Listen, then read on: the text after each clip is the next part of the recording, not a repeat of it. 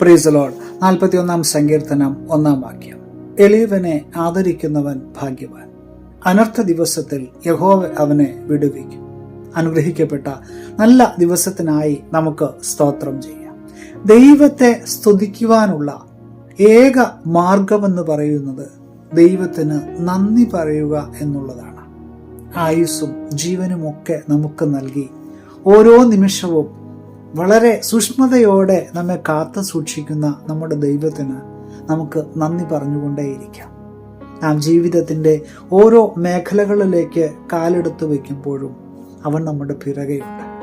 അവൻ നമ്മോട് ചേർന്ന് നടക്കുന്ന ദൈവമാണ്.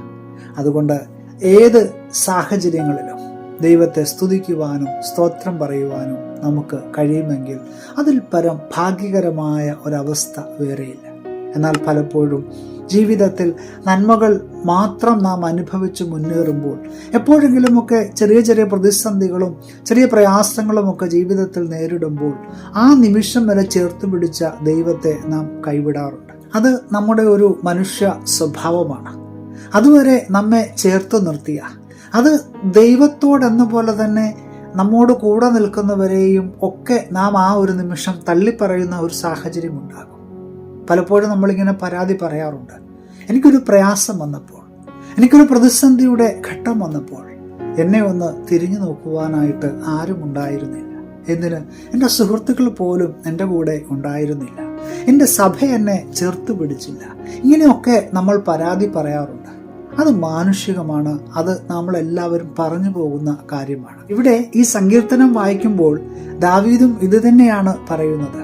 തൻ്റെ ഉറ്റമിത്രങ്ങൾ, തൻ്റെ കൂടെ നിന്നവർ തന്നെ ആ രോഗത്തിൻ്റെ ഒരവസ്ഥയിൽ തൻ്റെ കൂടെയില്ല. എന്നാൽ ഒരു കാര്യം മാത്രം നമുക്ക് നമ്മുടെ ജീവിതത്തിൽ ചിന്തിക്കാം. മനുഷ്യർ കൈവെടിയുമ്പോഴും ആര് കൈവിട്ടാലും നമ്മെ ചേർത്ത് പിടിക്കുന്ന ഒരു ദൈവമുണ്ട്. ആ ദൈവത്തിൻ്റെ സന്നിധിയിലാണ് നമ്മുടെ പ്രയാസങ്ങൾ നാം ഇറക്കി വയ്ക്കുന്നത്. അങ്ങനെയെങ്കിൽ നാം എന്തിനാണ് ഭയപ്പെടേണ്ടുന്നത്?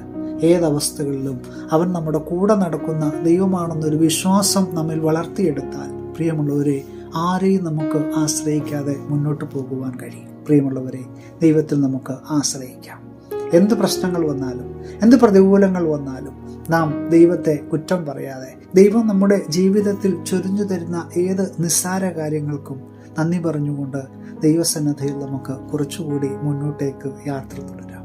അതുമാത്രമായിരിക്കട്ടെ നമ്മുടെ പ്രാർത്ഥനകൾ. പുതിയ ദിനം അനുഗ്രഹത്തിൻ്റെ നല്ല ദിനമായി തീരട്ടെ എന്ന് പ്രാർത്ഥിക്കുകയാണ്. Have A blessed day.